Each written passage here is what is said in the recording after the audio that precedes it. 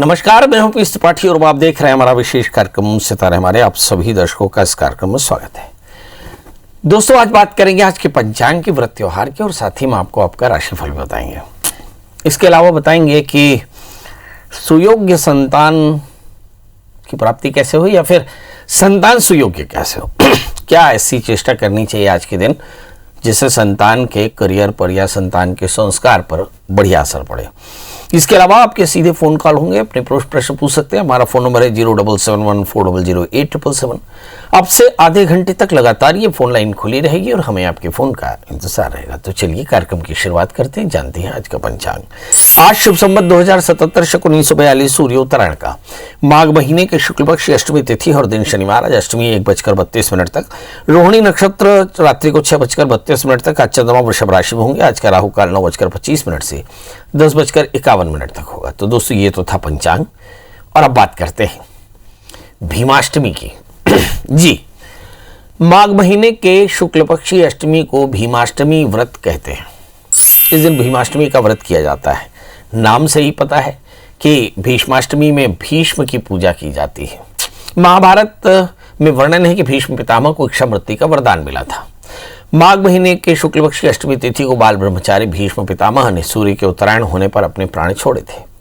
उनकी पावन स्मृति पर यह पर्व मनाया जाता है। इस दिन प्रत्येक सनातनी भीष्म पितामह के निमित्त कुछ तिल जल लेकर के तर्पण करता है, चाहे उसके पिता माता पिता जीवित हों या ना। कैसे करना चाहिए? तो जल्दी से उठें, उठ करके और किसी नदी के किनारे या किसी समुद्र के किनारे, तालाब के किनारे नित्य क्रिया से निवृत्त होकर के नहा करके और फिर विधि पूर्वक तर्पण करना चाहिए। पहले देव तर्पण करें, फिर ऋषि तर्पण करें, फिर पितृ तर्पण करें और फिर भीष्म के निमित्त तिल जल कुशा लेकर के अपसव्य होकर के और पूर्वाभिमुख होकर के पितृ तीर्थ से तर्पण करें। कहते हैं कम से कम 3 जलांजलि जरूर देना चाहिए। हमारे यहाँ पे यज्ञोपवीत की 3 अवस्थाएं होती हैं। सव्य जब कंधा बाएं कंधे में यज्ञोपवीत हो, अपसव्य जब दाहिने कंधे में हो और निमित्त माने माला की तरह। तो दक्षिणाभिमुख होकर के तर्पण करना चाहिए। आप चाहें तो पूर्वाभिमुख होकर भी कर सकते हैं, पितृतीर्थ से तर्पण करना चाहिए। और ऐसा करने से आप देखते हैं कि भीष्म की तृप्ति होती है और भीष्म की तृप्ति होने से संतति के व्यवधान दूर होते हैं और संतान सभी प्रकार के कष्टों से मुक्त होकर के सुयोग्य बनती है। बाल ब्रह्मचारी भीष्म पितामह की भीमाष्टमी पर्व को ये पर्व मनाया जाता है। भीमाष्टमी यानी भीष्म के प्राण त्यागने के दिन में ये पर्व मनाया जाता है और इसीलिए ये बड़ा पवित्र माना जाता है। इस दिन किसी नदी में स्नान करना चाहिए। नदियाँ तो वैसे बची नहीं, पर जो नदियों को किनारे के शहर हों, उनके जो दर्शक हैं, उनके रहने वाले निवासी हैं, उन्हें नदी का स्नान जरूर करना चाहिए। नदी का स्नान इसलिए भी करना चाहिए ताकि आप नदी में जाकर के नदी को देख सकें और आगे चल करके नदियों को बचाने की चेष्टा करें। महाभारत के अनुसार जो मनुष्य माघ महीने के शुक्ल पक्षी अष्टमी को भीष्म तर्पण करता है, दान करता है, यज्ञ करता है, उसके वर्ष भर के पाप नष्ट हो जाते हैं और यह आगे चल करके संतात्यावरोध जैसी परेशानियों को दूर करता है और साथ में संतान को बेहतर संस्कार देता है। कहते हैं इस व्रत के प्रभाव से मनुष्य को खुद भी मोक्ष प्राप्त होता है। चलिए, तो अब ये भीष्म तर्पण हमने बताया। अब भीष्म तर्पण के बाद कायदे से घर आकर के पंचबली हरण करना चाहिए, यानी गाय, कुत्ता, कौवा, चींटी और देवताओं के लिए 5 आहार निकालना चाहिए। फिर किसी अतिथि को भोजन या किसी गरीब को भोजन कराना चाहिए।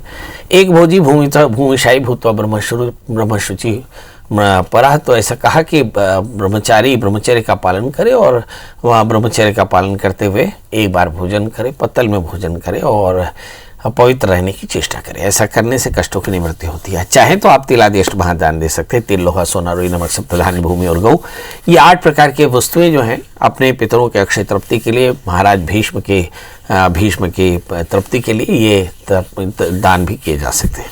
तो अब 12 राशियों का सफर शुरू करते हैं। सबसे बड़ी बात ये देखने की है कि इन दिनों में ग्रहों की स्थितियाँ क्या बदली हैं। तो हम पहले यही देख लें कि ग्रहों की स्थितियां कोई बहुत ज़्यादा नहीं बदली। कल और आज में वृषभ राशि में चंद्रमा के साथ में राहु है, जिसका मतलब होता है कि सभी राशियों में भ्रम की स्थिति जरूर होगी। चलिए, तो पहले बात करेंगे मेष राशि की। इस राशि में हम देखते हैं कि जैसे रोज हम कहा करते थे कि 11वें स्थान में सूर्य है, जिसका मतलब चित्त की एकाग्रता बेहतर है।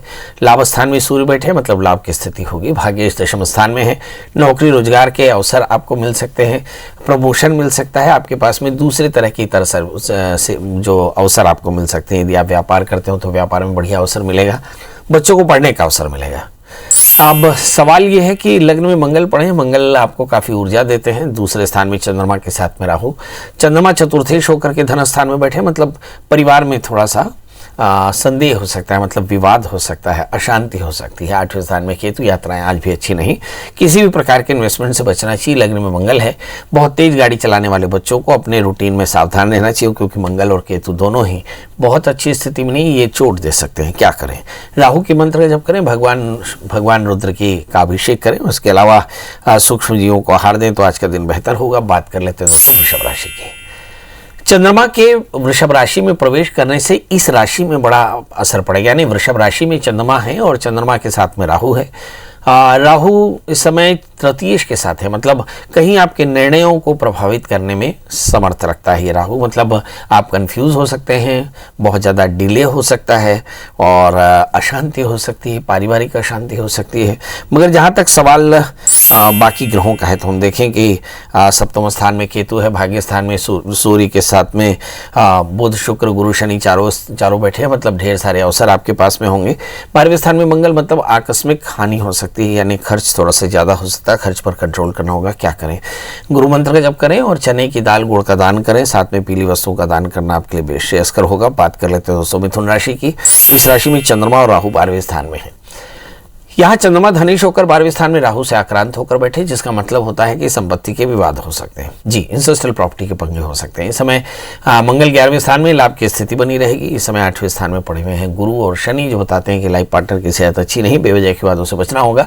मगर 8वें स्थान के बुध और शुक्र दोनों ही लाभ की स्थिति देते हैं, मतलब बुध और शुक्र के कारण लाभ हो सकता है। इस राशि में क्या सावधानी रखनी चाहिए? आकस्मिक हानि से बचें, इंसेस्ट्रियल प्रॉपर्टी के पंगे में बिल्कुल न पड़े, हनुमान जी का दर्शन करें, हनुमान चालीसा का पाठ करें तो आज के दिन बेहतर होगा। अब बात कर लेते हैं दोस्तों कर्क राशि की। इसी राशि के स्वामी हैं जो 11वें स्थान में राहु से आक्रांत होकर बैठे, मतलब रूटीन में कंफ्यूजन थोड़ा सा ज़्यादा होगा। तो इस राशि वाले जातकों को कंफ्यूजन से बचने के लिए अपने से बड़ों की सलाह लेनी चाहिए। 7वें स्थान में गुरु के साथ में शनि है, यूँ तो दिखता है कि बृहस्पति बहुत अच्छा, मगर चूंकि नीचे से बृहस्पति रोगेश होकर सप्तम स्थान में, मतलब लाइफ पार्टनर की सेहत का ध्यान रखना होगा। 7वें स्थान में शनि, मतलब हो सकता है कि बहुत सारे वो दर्शक जिनके विवाह होने हों और तो विवाह की संभावनाएं बन सकती, विवाह की चर्चा चल सकती है। 7वें स्थान में बुध शुक्र है, लाभ की स्थिति रहेगी, अच्छे दोस्त मिलेंगे। इस राशि वाले जातकों के लिए हम देखते हैं कि मंगल इस समय बैठे दशम स्थान में, मतलब आपकी सत्ता आपके वर्क प्लेस में होल्ड काफी अच्छी रहेगी। 8वें स्थान में सूर्य, आंखों की परेशानी, सिर का दर्द हो सकता है। अगर बहुत ज़्यादा सिर दर्द हो, फ्रिक्वेंटली हो, तो आपको चाहिए कि आप किसी अच्छे डॉक्टर की सलाह लें। माइग्रेन भी हो सकता है। क्या करें? इस राशि वाले जातकों के लिए चाहिए कि वो केतु के मंत्र जप करें, सूक्ष्म जीवों को आहार दें, गाय और कुत्ते को गुड़ के साथ रोटी खिलाएं तो आज का दिन बेहतर। बात कर लेते हैं तो सिंह राशि की। इस राशि के स्वामी 7वें स्थान में बैठे हैं, मतलब अच्छे दोस्त मिलेंगे और कुछ लोगों की शादी की बात चल सकती है। इस राशि में हम दूसरी चीज देखें कि इस समय 6ठे स्थान में शनि बैठे हैं, जिसका मतलब लाइफ पार्टनर की सेहत अच्छी नहीं है। 6ठे स्थान में बृहस्पति बैठे हैं, जिसका मतलब संतान की स्थिति अच्छी नहीं। इस समय अगर हम भाग्य स्थान में पड़े मंगल को देखें तो अवसर ढेर सारे हैं। और दशम स्थान में चंद्रमा राहु, वर्क प्लेस में थोड़े से परिवर्तन की संभावना है, बॉसेस की नाराजगी हो सकती है। 4थे स्थान में केतु, कुछ लोग वाहन बदलने के लिए तैयार भी हो सकते हैं। क्या करना चाहिए? तो बृहस्पति के मंत्र जप करें, केले और नारियल का दान करें तो आज के दिन बेहतर। अब बात कर लेते हैं दोस्तों कन्या यानी वर्गो यानी मेरी राशि। इस राशि में भी बहुत कुछ है। भाग्यस्थान में चंद्रमा के साथ में राहु है, जिसका मतलब होता है कि कहीं रूटीन के डिसीजंस आपके कंफ्यूजन के कारण डिले हो सकते हैं, ये भी सही है। 8वें स्थान में मंगल, अकेलापन या विवाद की स्थिति, मन में अशांति हो सकती है। 3रे स्थान में केतु, खूब सारा टैलेंट है। भाग्यस्थान में राहु उलझने लगातार है। 5वें स्थान में शनि, संतान को लेकर अच्छी खबरें मिलती है। 6ठे स्थान में सूर्य, शत्रु बाधा दूर होगी और मुझे ऐसा लगता है कि रोग व्याधि शत्रुता से निजात मिल सकती है। क्या करना चाहिए? राहु के मंत्र का जप करें, साथ में सूक्ष्म जीवों को आहार दें तो आज का दिन बेहतर होगा। अब बात करेंगे तुला राशि की, मगर उससे पहले हम बता दें कि आज भीष्माष्टमी है। आज के ही दिन महाभारत काल में महाराज भीष्म ने देह का त्याग किया था सूर्य के उत्तरायण में। तो इस लिहाज से भीष्माष्टमी का पर्व मनाया जाने लगा, क्योंकि भीष्म ब्रह्मचारी थे और उन्होंने अपने पिता के लिए अपनी युवा अवस्था का त्याग किया था। ऐसी स्थिति में प्रत्येक पुत्र का कर्तव्य है कि वो महाराज भीष्म के लिए तर्पण करें तो करना क्या चाहिए? तो जल्दी से उठ करके नित्य क्रिया से निवृत्त होकर के किसी नदी तालाब या फिर अपने ही घर में स्नान करके फिर तांबे के लोटे में जल भर करके और पूर्वाभिमुख खड़े होकर के और भगवान सूर्य, इसके अलावा देवता ऋषि पितरों को तर्पण करने के बाद भीष्म तर्पण करना चाहिए। बोलते हैं वैयाघ्रपद गोत्राय, वैयाघ्रपद गोत्र मत पर संस्कृत प्रवराय च, संस्कृत प्रवर में भगवान भीष्म का जन्म हुआ और जो कोई भी भीष्म को तर्पण करता है उनकी संतति ऐश्वर्यशाली होती है। इसलिए संतत्यावरोध और संतान की बेहतरी के लिए भीष्म को तर्पण करना चाहिए। ये एक तरह का आदर्श है कि भीष्म की तरह आपकी संतानें हों, संस्कारवान संतानें हों, वीर और समृद्धशाली हों। ऐसे भीष्म की तरह संतान प्राप्त करने के लिए भीष्म को तर्पण करना चाहिए। चलिए अब बची राशियों का हाल बात करते हैं, तुला यानी लिब्रा की। इस राशि में हम देखते हैं कि आज का दिन इनके लिए कैसा। 7वें स्थान में मंगल, मतलब कहीं ऐसा लगता है कि दोस्तों का साथ बढ़िया होगा, बहुत अच्छा।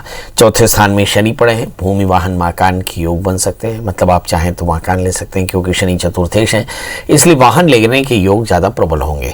5वें स्थान में सूर्य पड़े हैं, जिसका मतलब होता है कि रूटीन में आप कुछ बड़े निर्णय कर सकते हैं। धन स्थान में केतु पड़े हैं, परंतु 8वें स्थान में राहु, जो ताकीद करते हैं कि आप किसी भी प्रकार के आकस्मिक विवादों से बचें।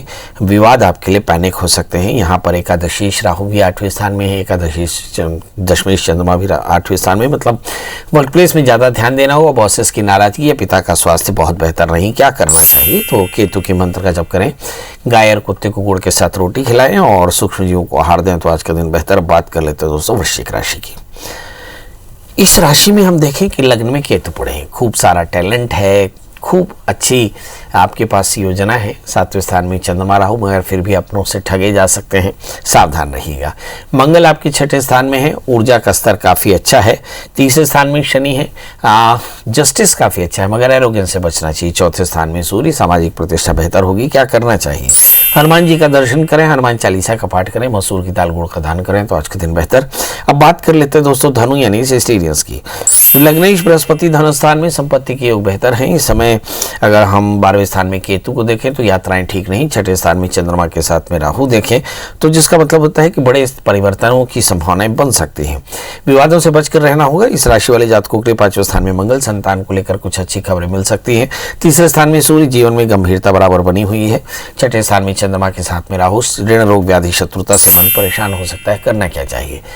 तो कहते हैं जब मन परेशान हो तो चंद्रमा के मंत्र जप करें, साथ में खीर का दान करें तो आज का दिन बेहतर। अब बात कर लेते हैं दोस्तों मकर राशि की। इस राशि में हम देखते हैं कि 4 ग्रह एक साथ बैठे हैं, बुध शुक्र गुरु और शनि एक साथ, और एक एक करके देखें शनि के कारण आपके जीवन में जस्टिस या एरोगेंस, सहमता और ममता दोनों ही थोड़ी ज़्यादा होगी। धन स्थान में सूर्य, संपत्ति के योग बेहतर हैं इस समय। 4थे स्थान में मंगल, सामाजिक प्रतिष्ठा बेहतर होगी। 5वें स्थान में राहु, संतान को लेकर चिंता हो सकती है। 11वें स्थान में केतु, लाभ की स्थिति होगी। इस राशि वाले जातकों के लिए सलाह क्या है? नंबर 1, किसी प्रकार के अहंता से बचें और बहुत ज़्यादा इम्प्रैक्टिकल ना हो। क्या करें जिससे आज का दिन बेहतर हो? शनिश्चर मंत्र का जप करें, काले तिल काले उड़द का दान करें तो आज का दिन बेहतर। अब बात कर लेते हैं दोस्तों कुंभ यानी एक्वारियंस की। मिथुन कुंभ, ये 2 राशियां ऐसी हैं इन दिनों में जब बृहस्पति जिनके 8वें और 12वें हैं, गुरु और शनि अच्छे नहीं, और कुंभ राशि में ये बृहस्पति गुरु शनि 12वें बैठे हैं, मतलब मिथुन राशि में 8वें और कुंभ राशि में 12वें बैठे हैं। ये दोनों ही बहुत अच्छी स्थिति नहीं होती है। मिथुन राशि वाले जातकों के लिए लाइफ पार्टनर के लिए थोड़ी सावधानी रखनी होगी और कुंभ राशि वाले जातकों को अपनी सेहत को लेकर के सावधानी रखनी होगी, अपने नौकरी पेशे को लेकर सावधानी रखनी होगी। रूटीन में दबाव थोड़ा सा ज़्यादा होगा। तो इस राशि में हम देखते हैं कि लग्न में सूर्य पड़े, मगर फिर भी काफ़ी अच्छी बात है कि आपको अच्छे दोस्त अब मिलना शुरू हो गए हैं। 3रे स्थान में मंगल है, भगवान ने सारे कष्टों के बाद में भी ऊर्जा का स्तर बढ़िया रखा है। 4थे स्थान में चंद्रमा राहु, पारिवारिक कलह भी हो सकता है। तो इस राशि वाले जातकों के लिए सलाह क्या है? आपको चाहिए कि राहु के मंत्र जप करें, धतूरे की माला भगवान शिव में चढ़ाएं तो आज का दिन बेहतर। बात कर लेते हैं मीन राशि की। इस राशि में हम देखते हैं कि लग्नेश 11वें स्थान में, लाभ की स्थिति, शनि 11वें स्थान में है। मुझे लगता है राजयोग है। 12वें स्थान में सूर्य, मुझे लगता है कि आंखों की परेशानी हो सकती है। 3रे स्थान में चंद्रमा राहु, खूब सारा कंफ्यूजन होगा। भाग्य स्थान में केतु, जिसका मतलब ये होता है कि बहुत तरह के अवसर हैं, यात्राएं हो सकती हैं। धन स्थान में मंगल, संपत्ति के योग भी बेहतर होंगे। कुल मिलाकर के इस राशि वाले जातकों के लिए सलाह क्या है कि सबसे पहले तो भगवान सूर्य को अर्घ दें, भीष्म को तर्पण दें और साथ में चावल और कपूर का दान करें तो आज का दिन बेहतर होगा। तो दोस्तों ये तो था मेष लेकर मीन का हाल। अब हमारे साथ कॉलर्स जुड़ चुके हैं। रामकली जी, आपका बहुत बहुत स्वागत है। बताइए क्या जानना चाहती हैं? पंडित जी, मेरे लड़के के लिए पूछना है, उसकी जन्म तारीख है 29 फरवरी 88। एक बार फिर से बताइए। 29 फरवरी 88। और समय? समय 9:45, इंदौर। सुबेरे या शाम? रात का। बताइए क्या जानना चाहती हैं? शादी नहीं हो रही पंडित जी, और नौकरी भी नहीं लग रही है। जाता है एंड पे, पास हो जाता है एंड पे निकाल देते हैं वो, और शादी भी नहीं हो रही। मांगे की लड़कियां आ रही है जहाँ से आती। ये लड़की है लड़का? लड़का है 6 मंथ। चलिए ये देखते हैं, शादी ब्याह भी नहीं हो रहा है, नौकरी में भी स्थायित्व तो नहीं है, चक्कर क्या है? इस बच्चे का जन्मलग्न कन्या है, इसकी जो राशि है मकर मीन है, और इस राशि में हम देखेंगे सप्तमी बृहस्पति अष्टम स्थान में है। मेरा अपना निजी मानना है कि बृहस्पति का ग्रह बल बहुत ज़्यादा होता है। ऐसी स्थिति में यदि बृहस्पति विवाह के स्वामी होकर अष्टम स्थान में बैठे, मतलब विवाह में काफ़ी परेशानियां हो सकती हैं। तो सबसे पहले तो शादी से पहले इस बच्चे का विवाह कराएं नातेमुख श्राद्ध के साथ, रविवार या शनिवार किसी एक दिन। दूसरा प्रश्न, चौथे स्थान में मंगल शनि है, ये भी चिंता की बात है, शादी करें तो इस बात का एकदम ध्यान रखें। अब तीसरी बात आती है कि ये चित्त इनका एकाग्र नहीं है। जी, मुझे ऐसा लगता है कि तृतीयेश मंगल शनि से आक्रांत है, ये बहुत ज़्यादा आक्रामक भी हो सकते हैं, और शायद आक्रामकता के कारण बार बार इनकी नौकरी छूट जाती है। करना क्या चाहिए? तो इन्हें शुक्रवार का व्रत करना चाहिए, 4 कैरेट का ओपल, 4 कैरेट का ऑनेक्स ध्यान से पहनना चाहिए, और भगवती महामाया के दर्शन करें, शादी से पहले अर्क विवाह कराएं तो इनके जीवन में स्थायित्व आ गया। इस समय जो ग्रहों की दशाएं चल रही हैं, अगर मेषोत्तरी दशाओं को देखें तो ऐसा लगता है कि शुक्र की महादशा चल रही है, और शायद शुक्र के कारण ही थोड़ी परेशानी भाग्येश की दशा है, और इस समय शनि का अंतर शुरू होगा, मतलब बृहस्पति की अंतर दशाएं चल रही हैं, विवाह का समय चल रहा है, जून तक समय काफ़ी अच्छा है। तो जल्दी से इसकी शादी की तैयारियां करें, आगे चल करके बहुत जल्दी इसका विवाह हो जाएगा, और इसके बाद करियर भी अच्छा हो जाएगा। जी, तो अब आपसे विदा लेने का समय, जाते जाते वही एक बात कि आप अपना ध्यान रखें, अपने अपनों का ध्यान रखें, खुश रहें, मस्त रहें। कल हम फिर हाजिर होंगे किसी नए विषय के साथ, तब तक मुझे दीजिए इजाजत। नमस्कार।